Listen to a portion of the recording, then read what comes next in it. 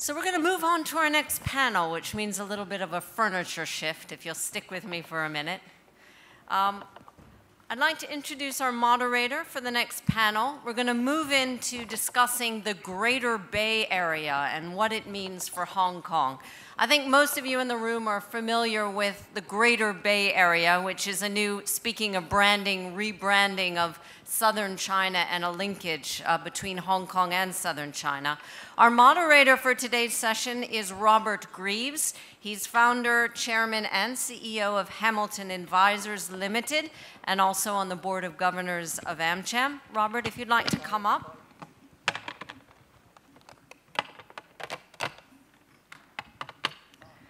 And I'll let you introduce the panelists. Thank you very much. Thanks, Tara. I would like our panelists to come up here.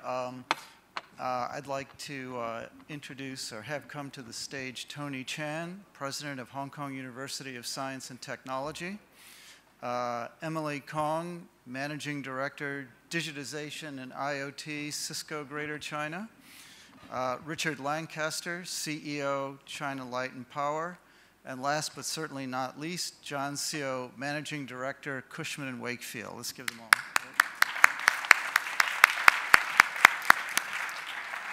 So Tara gave you a bit of an introduction. What is the Greater Bay Area? It's basically a plan to promote economic cooperation between Hong Kong, Macau, the 9 cities in Guangdong province. And these 11 cities will combine to share advances in infrastructure, town planning, and innovation in technology.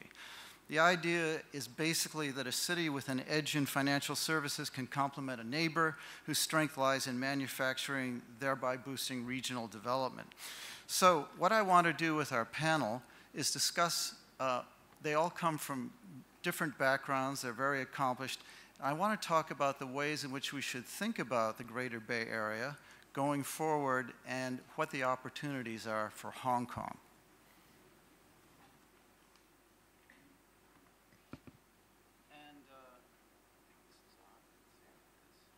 Here we go. Tony, I'd like to start with you. And I think in our discussion over the phone the other day, you were talking about innovation and how to bring the people of the Greater Bay Area up to speed. If you could just talk on that.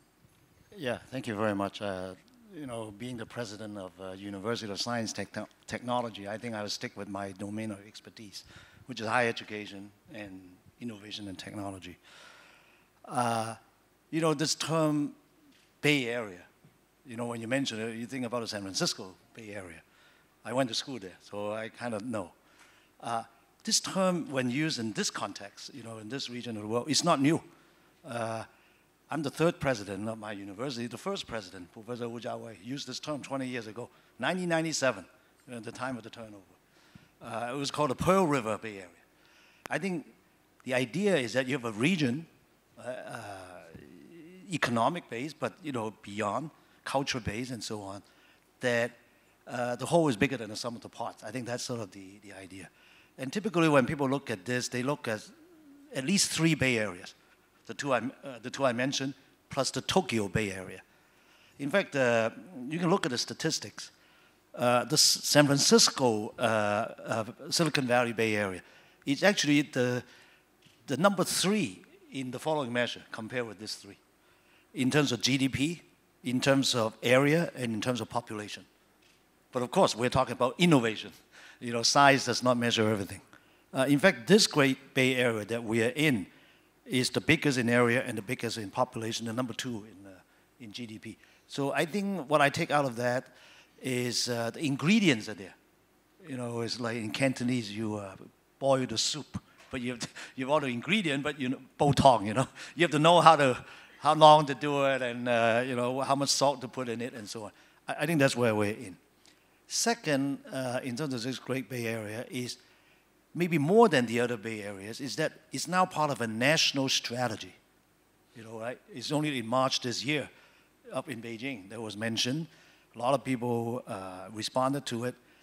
It is also part of the Hong Kong government's strategy in innovation and technology. You know, with the previous government in Hong Kong, with the current government in Hong Kong, there's a new Innovation and Technology Bureau, and so on. So maybe with this government push and facilitation, there will be a better chance that something will come out of it. Now, the government can also do other things which it has done. For example, the infrastructure.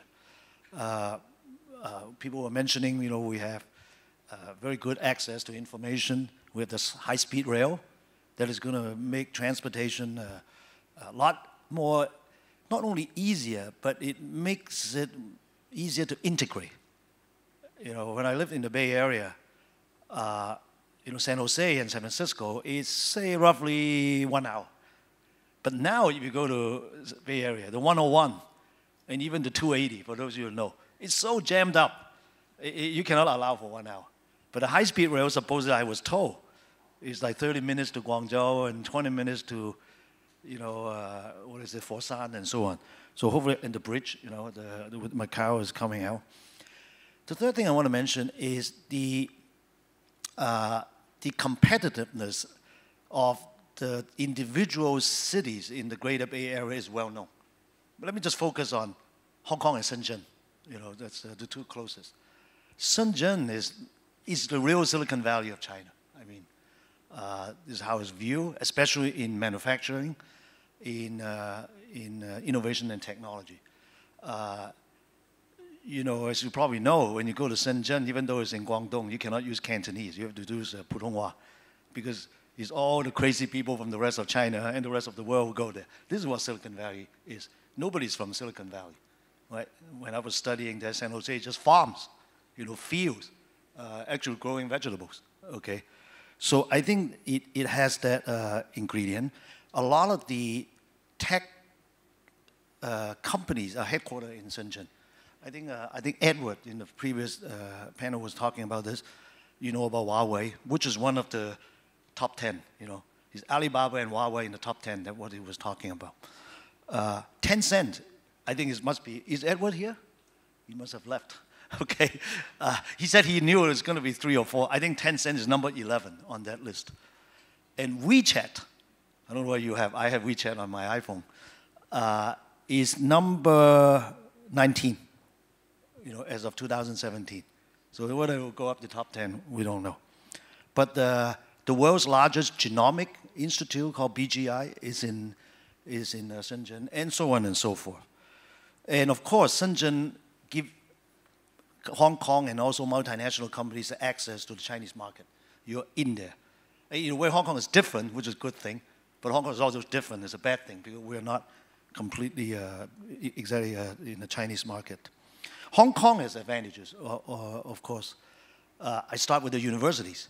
Carrie Lam, our chief executive, mentioned in her July 1st inauguration, acceptance speech, she mentioned that Hong Kong has 5 universities in the top 100. I think he was referring to the QS. What he did not mention was that Hong Kong, you look at the cities, if you compare the cities around the world, Hong Kong is number 1. London is number 2. London has 4. And then the rest of the world, okay? And the QS is based on London, so there's no bias there, okay? The Times survey just came out this week. And London is number 1. It has 4. Hong Kong has 3. And we are number 2.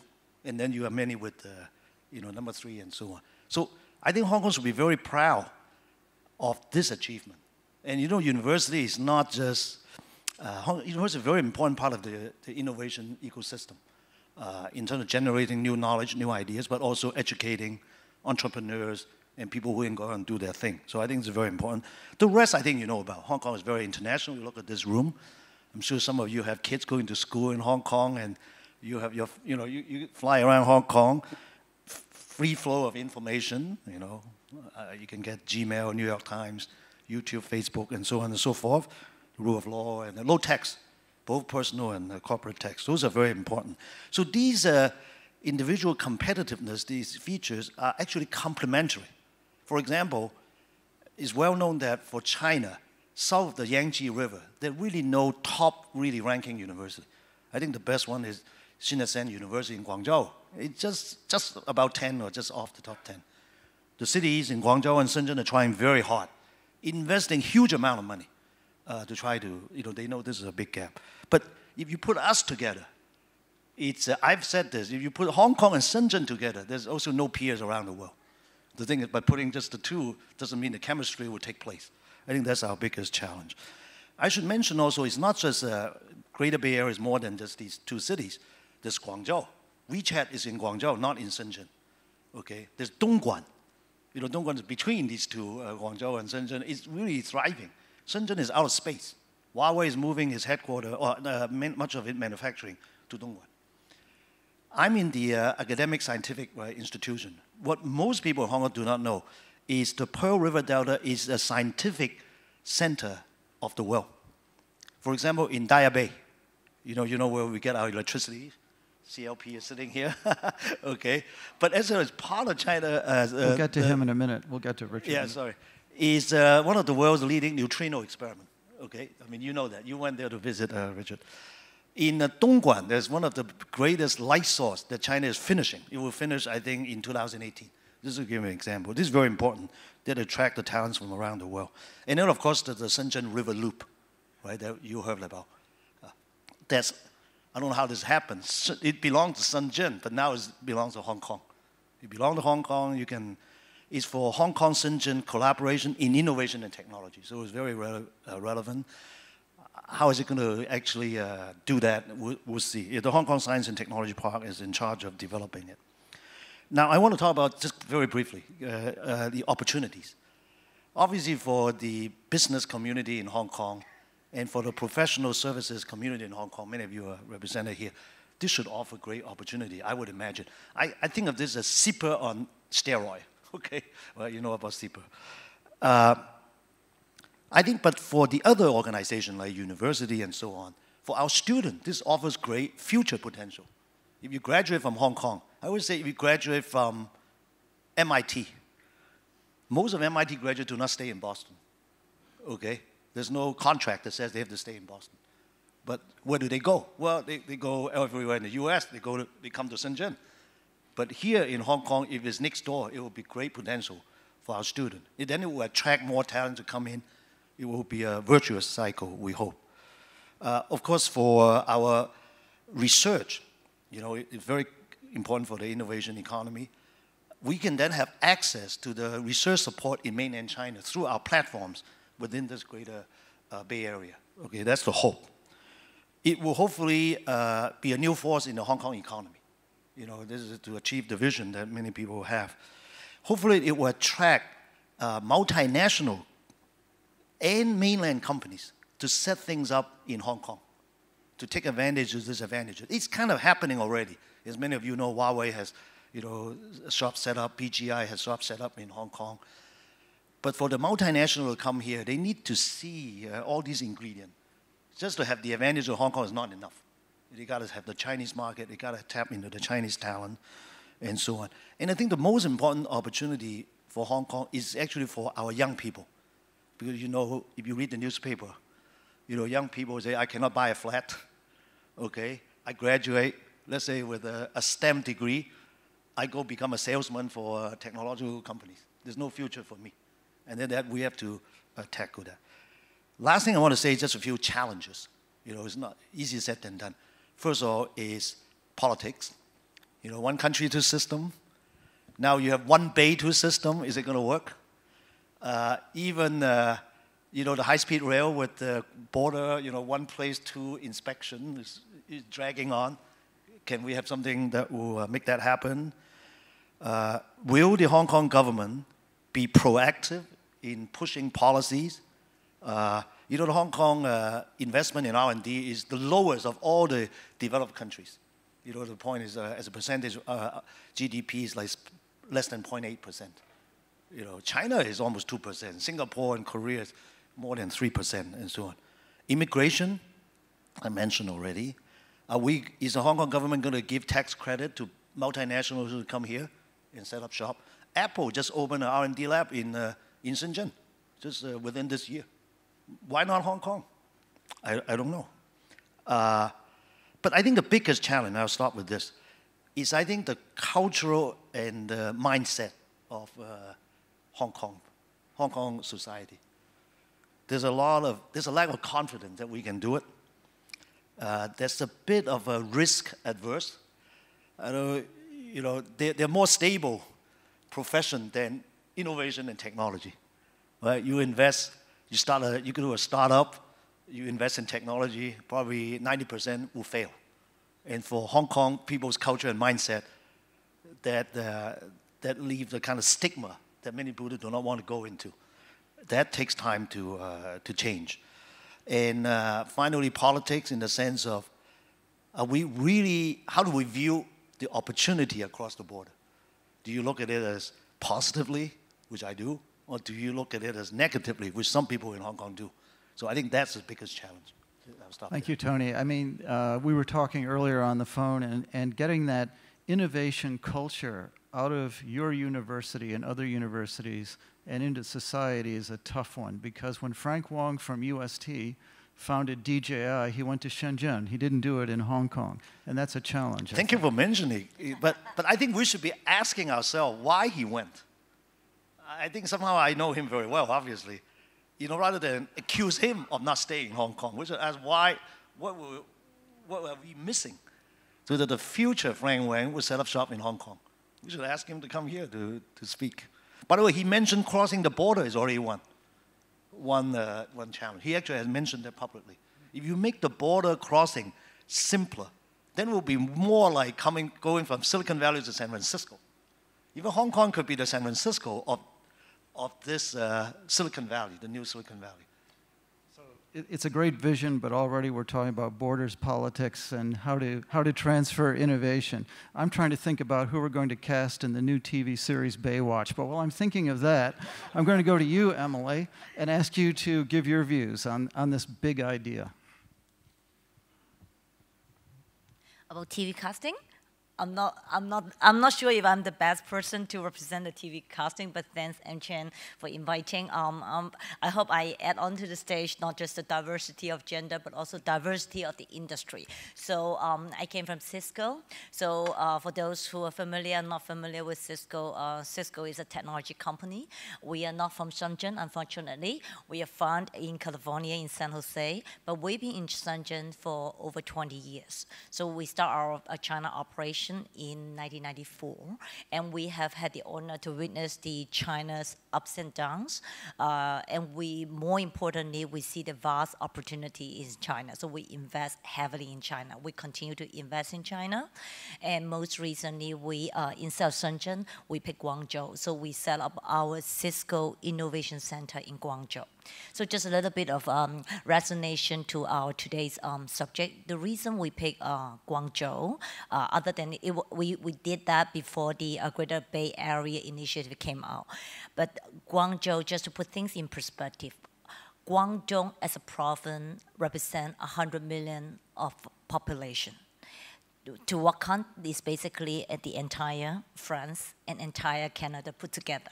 So just one province in China. Just think about the many, many other 30 provinces you have access to. And speaking of talent, that's one of the very important considerations we have when we set up the Innovation Center. In Guangzhou, they are so focused in talent that they even set up a place called University City that houses 12 universities under not exactly one roof, but one plot of land. So with the 12 universities collaborating together and locating in close proximity, that give us the home base advantage of the talents.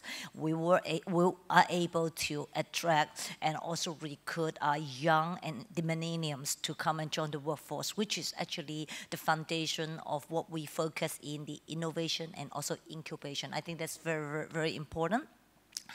And also Guangdong as a province that represents approximately 12 to 13% of China's GDP, economic output. So it's a very, very big area.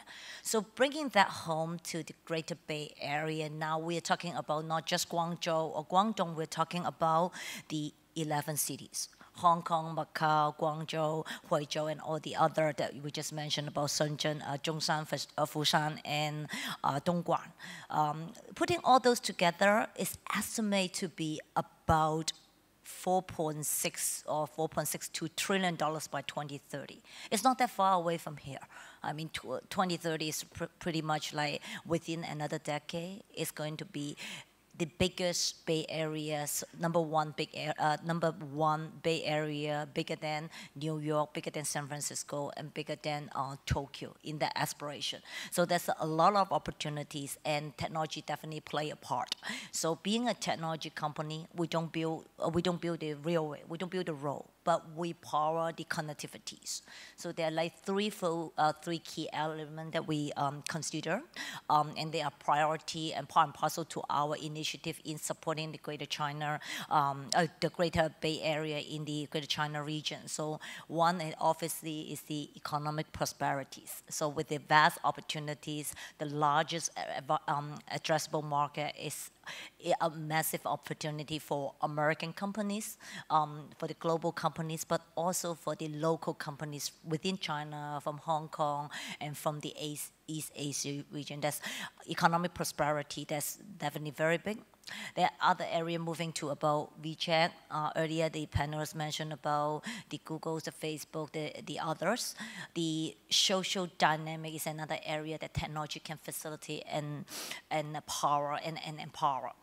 And third, but not the last but not the least, is the environmental sustainability. That's very important in the China government's agenda, but also as a social corporate responsibility. How do we leverage and use technology for cleaner manufacturing, for safer manufacturing, but also the energy efficiency. We talk about the renewable energy. We talk about Taiwan. We talk about the latest and hottest topic about microgrid. How do we have renewable energy and microgrid energy that power the city? So think about just Guangdong as a city, just Guangdong as a province, 100 million population with all the 11 cities acting together. There's massive opportunity, but also massive consumption of power and also the economics. I'm going to stop you right there. Thank you, Emily. We're going to come back to this and projects in a minute, but you ended on power, and I can't think of anyone better than Richard from China Light and Power to discuss this. Also, Richard, you and I were discussing how people are going to arrange themselves and organize themselves in this big, great Bay Area. Maybe you could discuss that as well. Okay, well, thank you. That was a very good introduction, Emily. I look at, in fact, I'll take Tony's cue and stick to my area of expertise because we can cover so much ground here. But if you look at energy, there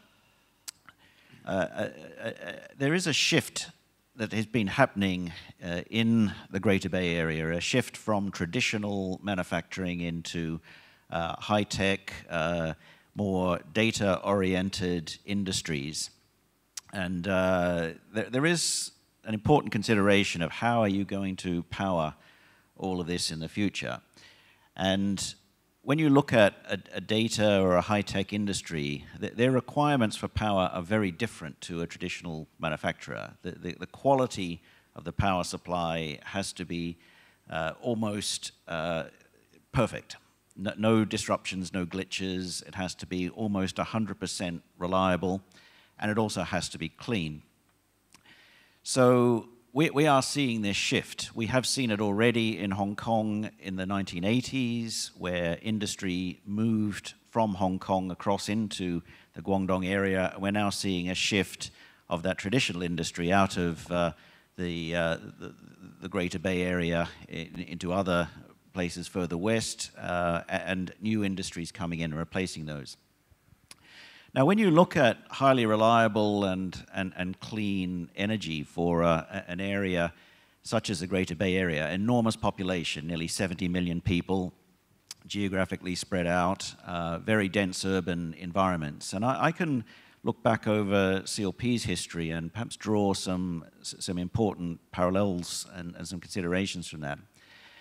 We actually connected our electricity grid to the Guangdong grid in 1979. Now, if you think back, that was only 7 years after President Nixon opened up relations with mainland China.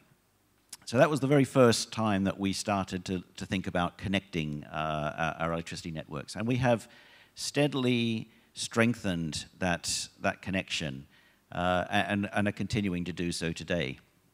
Now, what has that brought us? Well, for one thing, it has brought us a much more reliable energy supply.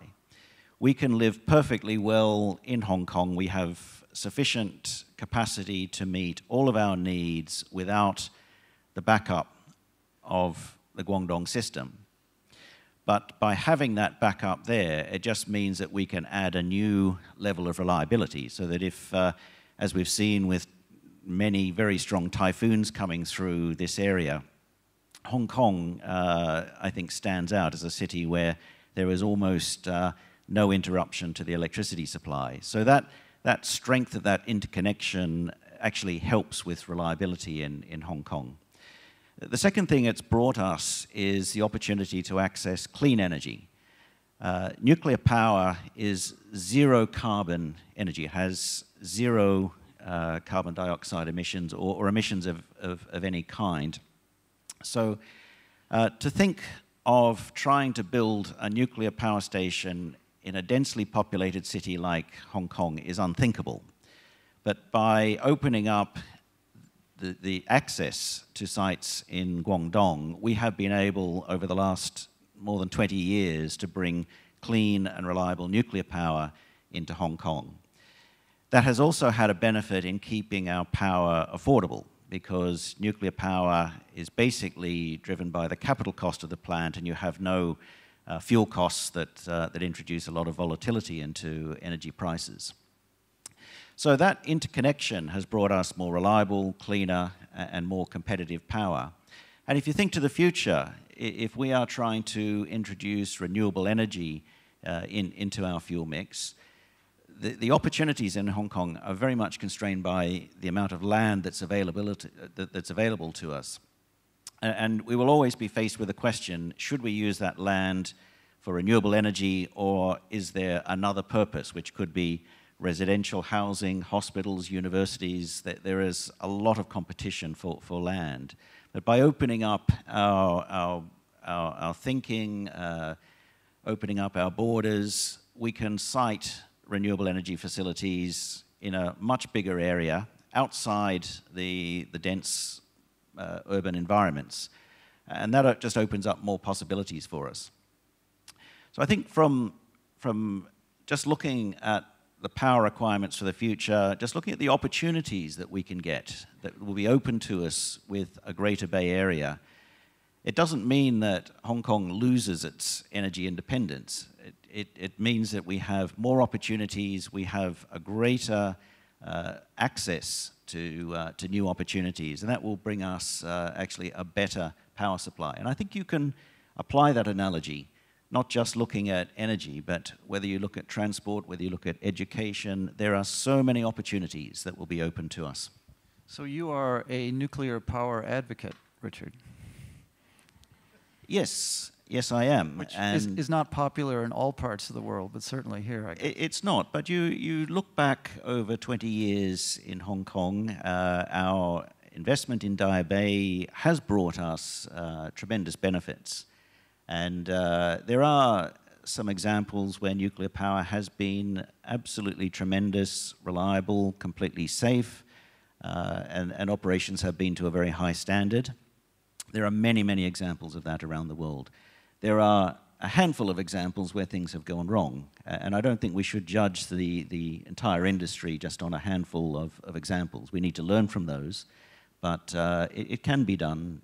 It can be done well as well. Is the technology improving on nuclear power, the facilities? Absolutely. And in fact, you look at nuclear power plants today, they are not the same as the power plants such as Fukushima or 3 Mile Island or Chernobyl. They were done using 1960s technology, basically. Plants today are done using the latest technology, and the plants of the future will be even better. Who does it the best? Which country? Interestingly, China is becoming one of the world leaders in nuclear power. China has a very well-structured and very focused program to build a nuclear power station in order to meet its energy needs. And as many people will know, China was one of the early signatories to the Paris Agreement. China is currently one of, if not the biggest emitter of carbon dioxide, but is certainly committed to reducing carbon emissions dramatically. And nuclear power will be a very important part of that, as will renewable energy. Thank you. And now we get to John for the minute. And as John he's our property representative on this panel, but very important because I think John is going to be talking about flows, workflows, where people are going, where people are going to be working. And this is a theme that I want to come back to because if this works, if the Greater Bay Area concept actually works, there's going to be great transformation of the communities and the populations in this area. So, John, please describe for us. Sure. Cushman Wakefield is the second largest real estate service providers in the world, and we are actually in the forefront position in developing our capability in China over the last 20 plus years. And of course, now the Greater Bay Initiative is announced, and we are actually invest a lot of people, resources to develop our platform. And recently, we have just formed a Greater Bay platform combining the strength of our Hong Kong office, Shenzhen and Guangzhou office, and hopefully there will be a lot of opportunities that we can take out and help the government to drive the success of the Greater Bay Area. And actually our research team has recently put together a report on the Greater Bay Area from a real estate perspective. And I think this is not yet ready for distribution today, but it will be ready next Monday or Tuesday. So it could be shared with all of you later on. So back to your question. Yes, I think the Greater Bay Area initiative is very much related to a lot of innovations, people flows and all that. From a real estate perspective, I think we all talk about location, location, location. And I think the infrastructure improvement in the Greater Bay Area is going to enhance people flow, goods flow to a large extent in the next few years. Based on our findings, I think the railway length in the Greater Bay Area at the moment is talking about 3,300 kilometers. And this number is going to grow by 37% in the next three years. And in terms of highway within the Greater Bay Area, currently it's talking about 5,600 kilometers. And this number will grow by 57% in the next 3 years. And you know, infrastructure, roads, and all that will push people or to facilitate people to move from one location to another. And as a result of that, I think mobility of the people living in the Greater Bay Area will be much, much faster and easier. And we talk about the 1 hour living circle, which is, if we use Hong Kong as the base, then the 1 hour living circle boundary probably will be up to Shenzhen, near the hub of Huawei. But in the future, with the improvement of the road systems, the railway connectivities and all that, I think the limit of the 1 hour living circle will gone up to, say, Guangzhou. You know, the high-speed railway is due for completion in the next few months. And so people in Hong Kong could possibly work in China, but they live in Hong Kong, or vice versa. And I think that kind of situation is going to be more prominent in the next 3-4 years, or even further in the next decade or so within the Greater Bay Area. Same as the goods flows, but of course there are a lot of challenges in terms of people flow and goods flow because there are a lot of restrictions. We have 3 borders, we have 3 customs, and all these are going to hinder the flow of people and goods. And I think in order to make this Greater Bay initiative or policy plan successful, we need a very strong leadership or committee initiated by the Beijing government to regulate all these kind of things in an organized manner. And so we take away all these barriers if possible, or open a little bit wider so that we could encourage more people to flow from Hong Kong to China. For example, as Tony said earlier, we are talking about cooperation between Shenzhen and Hong Kong. Shenzhen has a very strong base in terms of technology development. A lot of private enterprises like Tencent and Huawei, they need talent. They need R&D, research, and all that. And Hong Kong universities altogether can provide that kind of research base plus the talent. If we can encourage people in Hong Kong, the students, the professors, to work in Shenzhen, working with the enterprises who have the money, the capital to invest on this technology, I think this bay is going to be a rising star in the next 5 years or so. And so talk about real estate, that's my strength and the area of expertise. I think the people flow is going to stimulate demand for real estate, not just for living, but also for workplace as well. Recently, we have seen quite a lot of PRC companies, not necessarily within the Greater Bay Area, but from different parts of China. They all come to Hong Kong and try to set up their presence, physical presence here for certain reasons. Could be the Belt and Road Initiative, could be some other strategic business reasons they would like to go for. And there's a great demand for Grade A office space in Hong Kong. For example, I know that HNA has committed altogether 96,000 square feet in 3 Exchange Square, which is a major absorption of Grade A space here. And if we see this kind of companies are coming over into Hong Kong and do IPOs and develop their business or through the Hong Kong platform, then the office space demand is going to be great here. If I were a developer in Hong Kong currently having a piece of land in Central, then I'll be extremely happy, right? The demand is there.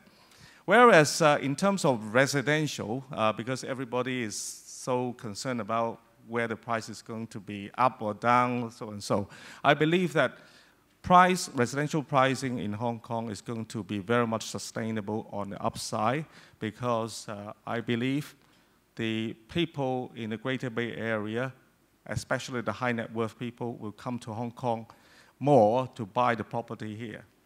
Whereas the lower income group in Hong Kong will probably buy properties or housing in the southern China area because of the price differential. You know, in, say, Zhuhai, which is not too far away from Hong Kong, the residential pricing on average is only 1/3 of Hong Kong on average.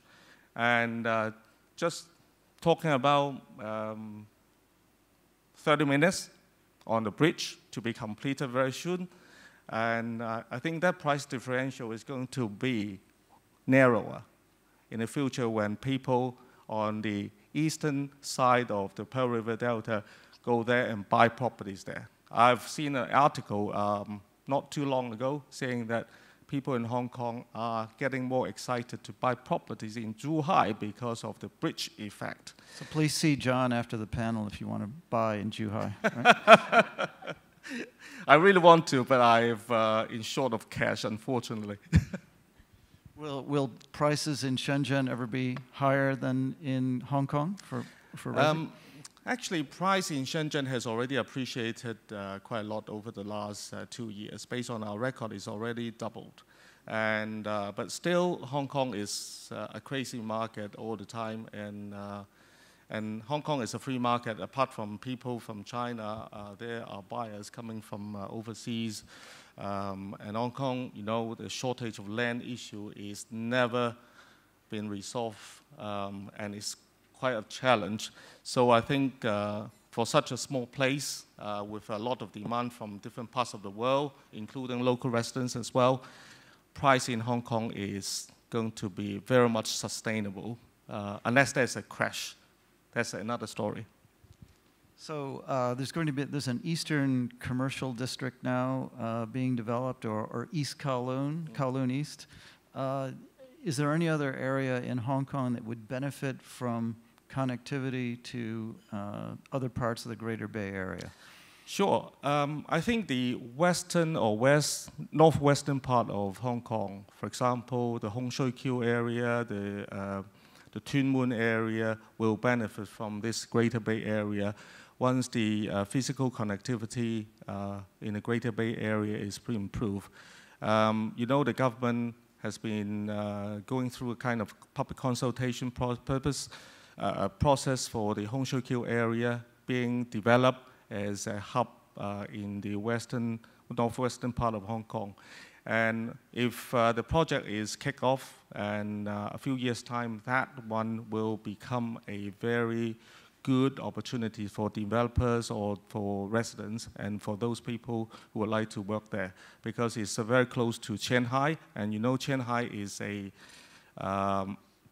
will be the CBD of the entire Greater Bay Area, on top of being the CBD of Shenzhen in the future. And I can see there's enormous potential over there. Thank you. I want to get back to Richard and Emily, but before I do that, I just want to ask, just throw it open, isn't there a danger that Hong Kong will lose its identity as the Greater Bay Area develops, that resources will be developed elsewhere, and that Hong Kong will lose its unique place in this part of the world?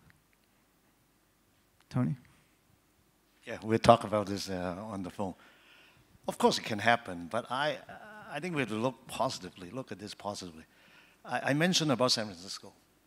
So compare Hong Kong to San Francisco. Because San Francisco, of course, can lose to Mountain View, where Google is, right? San Francisco is similar to Hong Kong. High cost and scarcity of land. It's even worse than Hong Kong, right? All the hills and so on. But you know what happened is, all the young people working in Silicon Valley want to live in San Francisco. You know, every day, that's why 101 is jammed. Every day in the morning, there's literally hundreds of buses coming from San Francisco down, and in the evening they go back up. If they go back at all, they don't sleep in the office. So slowly, in the last decade or so, you see this, because the people like to live there, especially young people. These are entrepreneurs. They want to start their thing. So San Francisco developed its own sort of innovation technology ecosystem. It's ecosystem that does not require a lot of land. You cannot do a fab line, you know, for chips there. But you can do a lot of software and, you know, gaming, and that's what happened. Another example is New York City. You know, under Bloomberg, you know, basically New York does not want to yield innovation and technology to Silicon Valley. You know, he make a lot of things. So in 1 week, New York is going to kick off the new campus of what's called Cornell Tech. You probably know about this. On Roosevelt Island. So Roosevelt Island is in the East River, right? In the middle, it's their river loop. Literally is their river loop, okay? And so they're building buildings. They're doing new kinds of educational programs. For example, they will offer an MBA in innovation and technology. Interesting example. So it's a joint venture between Cornell and Israel's Technion. Yeah. So I think we can be inspired, you know, by the San Francisco, the New York City. In fact, we're in better position than them, I think, actually. Thank you. Richard, I wanted to go back to, you talked about smart cities before, and I think Emily might have a view on this. Tell me about, are we going to organize ourselves in this new Greater Bay Area around smart cities, and how will that work? Well, I think maybe I'll spend a little bit of time just to elaborate on what I think a smart city is. It's a term that you hear a lot. A smart city isn't just a city that has good IT. A smart city is one which uses data and enables things to be joined up and connected. So when you think about doing a transaction, you know, that's a simple use of IT. But what I'm talking about is more how you can make use of data more broadly and more usefully to citizens of an area. You look at the power of the apps on your iPhone. The ones that start to join up data are the ones that are really useful and really capture the opportunities there that are available. And when you think about a smart city, being able to join things up, to have accessibility to data and information right across a larger geographical area just opens up so many new possibilities. Hong Kong has, I think, a fantastic opportunity. We are already blessed with very high quality infrastructure. So we don't have to worry about the speed of our broadband, the mobile phone coverage, the quality of our electricity supply, even the quality of our transportation system. It is world class here. We also have on our doorstep in Shenzhen a huge industry that is bringing innovation and data capabilities that will make all of this available to us. So I think Hong Kong has a tremendous opportunity to really be a leader in smart city developments. And it's perhaps getting back to your question earlier, Robert, is Hong Kong going to lose anything by becoming part of a Greater Bay Area? I think we have more to gain. Definitely than we have to lose from this. I think there are some tremendous opportunities out there. What we need to do is to think about the barriers and the challenges and see how we can work those most efficiently. Tony brought up the idea of the high-speed rail network and sorting through the immigration crossing. We can do this well, and we can enable connectivity. Or we can do it badly and slow things down. I think that choice is in our hands. But to me, there are some tremendous opportunities to look at this area as a smart city hub, which can be used to improve the standard of living, the quality of living, and just make more opportunities available to us. Thank you. Emily, you have in your title digitization and Internet of Things. I mean, what sort of projects are you working on, and what sort of companies are you working with? And I guess my question ultimately is, could this area become a world leader in the kinds of technology projects that you're working on? Well, that's a very good question. I don't want to steal the thunder in the time of our panel. Just be very brief. One of the key areas that we look at smart city, we look at digitization, and we look at the innovation and incubation in China in supporting Greater Bay Area. The way we look at it is that, like, basically we had a methodology called 产学城. That's basically the industry, the university academies, and also the government. So everybody play a part, and it is basically it's an ecosystem. Smart city is basically not a product you go and buy. I'm going to buy a smart city, or I'm going to build a smart city. You have to build an ecosystem that bring together all the very important elements, particularly the innovation and incubation that can be funded and can be fueled by the universities, the institutes, and then the government and the policy come in play. You just mentioned about the Lok Ma Chau or the Shenzhen, the loop area. Now I think we call it Lok Ma Chau loop area. But let's not forget about our other foundations, the Hong Kong Science and Technology Park, our cyberport, and also the government's policy support in Qianhai, near Shenzhen, and Hanqin, which is near across the in between Zhuhai and Macau. So we had a very strong foundation for Hong Kong, basically, to build a digital platform. I think the platform is where everything starts and where we can position. So speaking of the risk, if Hong Kong is going to lose our identity, my opinion is no. I think Hong Kong is always to have a unique identity. Can we capitalize it? Can we make it better? Can we transform Hong Kong? I really agree with Richard that we see the Greater Bay Area as an opportunity for Hong Kong to transform. to digitally transform with a good foundation, both from a policy, from a taxation perspective, but also from an academic perspective, that we have the talent. And there are a couple of important things to fund the Internet of to fuel the digitization. Internet of Things and the manufacturing 2025 is a two top agenda in the China's national agenda.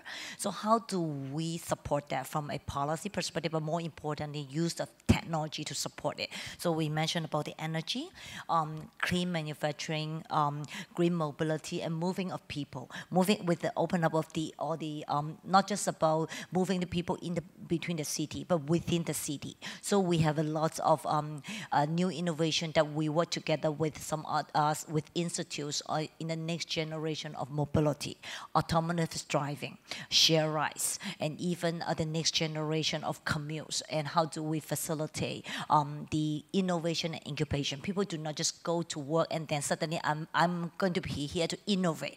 A lot of innovation actually happen in the joint space, happen in the pubs, happen in the coffee corners and the pantries. I don't just go and sit my cubicle and the innovation happens. So I think providing a platform for innovation and bringing all the startups, but also the bigger conglomeration that China has and trying to go international, and also the international companies, both from Europe and from the Americas, wanting to go into China and expand into China. Well, this sounds great. It sounds like a brave new world. And at the risk of sounding like an ex-journalist, which I am, I have to ask, this has been going on in Shenzhen for a long time. Singapore has done better with Smart City, I think, than we have. What does it take? What are the practical steps? How do we get government to move on this? How do we motivate Hong Kong to get on this bandwagon? That's a heavy-loaded question.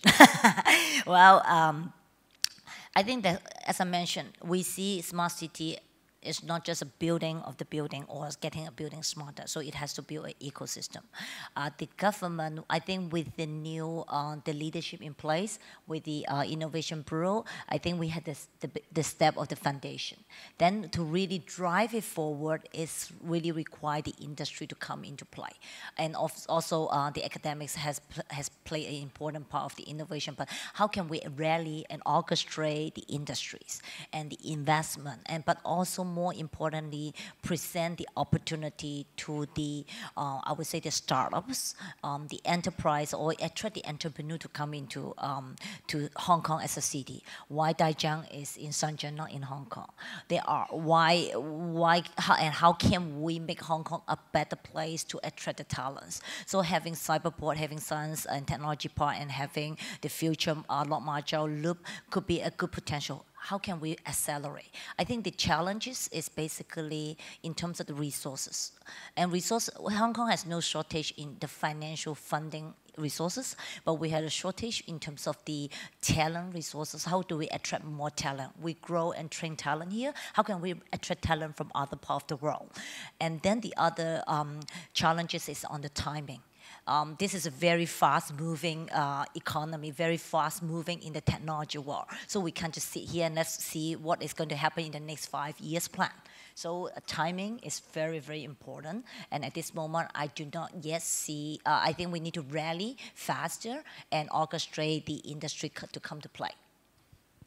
Let me bring up something that Mike Lampton mentioned earlier. Should there be more American tech companies or companies coming into this area to provide more support, more expertise, and set up business? I'll do a quick one because we being, Cisco being an American company, we've been here 2 decades and over. We also do a cautious effort. I was in US for a month in August. We do specific roadshows to attract US silicon-based startup company to come to China. That's a cautious effort that we are doing. We believe we build a platform, but no one company can really fulfill the entire opportunity to take up the market. So we rally, we actually bring in startup companies from Silicon Valley into China. Tony? I mentioned already Apple just set up 4 R&D centers in China within the last 12 months. One of those is in Shenzhen.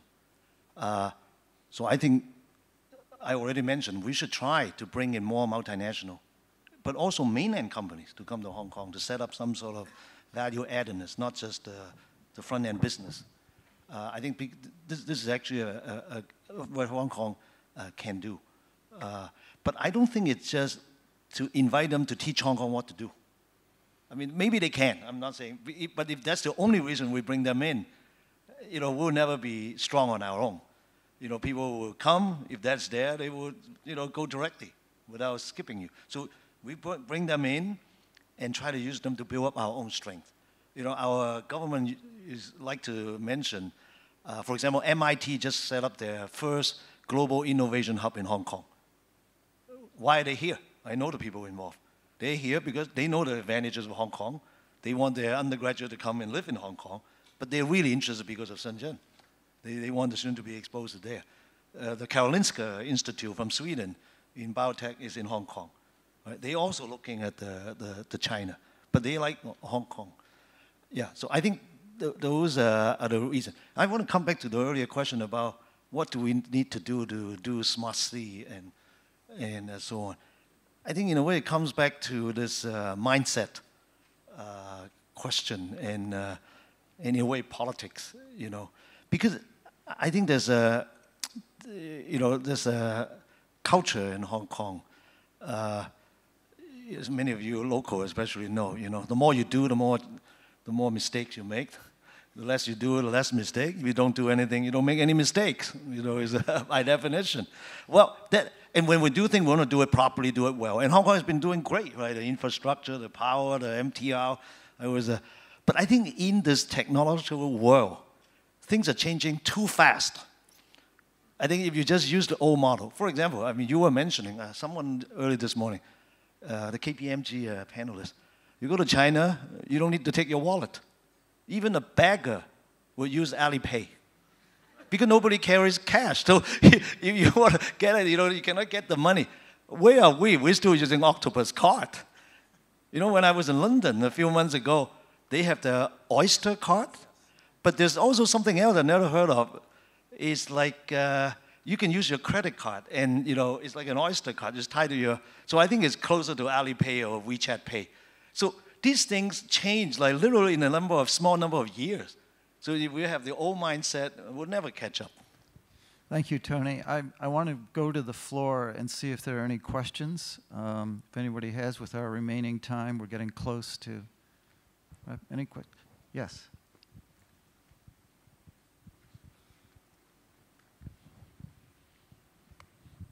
Hi, my name is Shalini Mitani from a Hong Kong-based think tank called the Zubin Foundation. I'm curious about the panelists' views on the future of the English language in the Bay Area. Thank you. Anyone? So I think we accept a lot of students at our university from all over the world, in particular from mainland China. And I'm always so impressed. They speak English much better than the average student in Hong Kong, okay?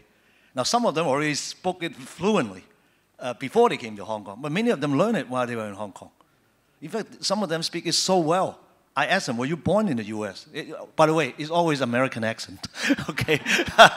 I can tell. Well, because, people understand. They're highly motivated. They know English is a lingua franca of not only business, but in, let's say, innovation and technology. And these are bright people. And Hong Kong is a great place to learn it. Now with the internet, you can learn it anywhere. You can learn it on your smartphone. So I think we can be rest assured. You don't need to entice people to do that. They're already highly motivated. So, if I can just add a quick note on that. I see this, being an entrepreneur, I see this as a great business opportunity. Well, there are lots of the English will still be the primary language, and within the 11 cities, there'll be more and more people wanting to attend proper training to upscale their English skills so that they can go and do business outside of the of China. That's one part. The other part, I see increasing interest in Americans and British learning Chinese. That's, I mean, I spent a month in California, and I was amazed by how many people are actually learning Chinese. So that's actually, I see it as two-way. And together we build this platform for China enterprises to go to international, but also for international company coming into China. So, and Hong Kong has a very unique position. We can be the facilitator. We can support and be the hub for them to branch into all the other many cities. Our focus is on the Greater Bay Area for today, but if we take it like one step further, about the Belt and Road Initiative, we're looking at somewhere around 65 to 68 countries, anywhere from across the Old Silk Road or the modern Maritime Silk Road, anywhere from the eastern coast of coastal city through Malaysia to the Mediterranean, or anywhere from Mongolia, Tibet, all the way to Eastern Europe and then back to Italy. So there's a huge market out there. So I would say the common language, before Chinese become the language, I think English is still the language. Thank you. One more question?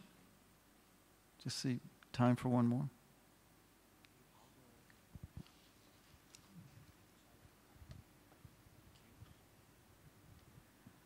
Hello, it's here. My name is Jing Zhou. I come from a US-based company called Digital Realty. We build data centers. So thanks for the panelists for such a great discussion. And it's very excited to hear the Great Bay Initiative. And I do agree, comparing to Silicon Valley, that would bring a lot of opportunities to Hong Kong. But there's one different thing between this initiative comparing to Silicon Valley, which is Hong Kong-Macau is still evolve this border check. So I know we're trying to avoid talking politics here, but I want to ask the panelists, what's your view on those the existing border check procedures in place? Does that bring a lot of challenges with this Greater Bay Initiative? Thank you. Anyone? Richard?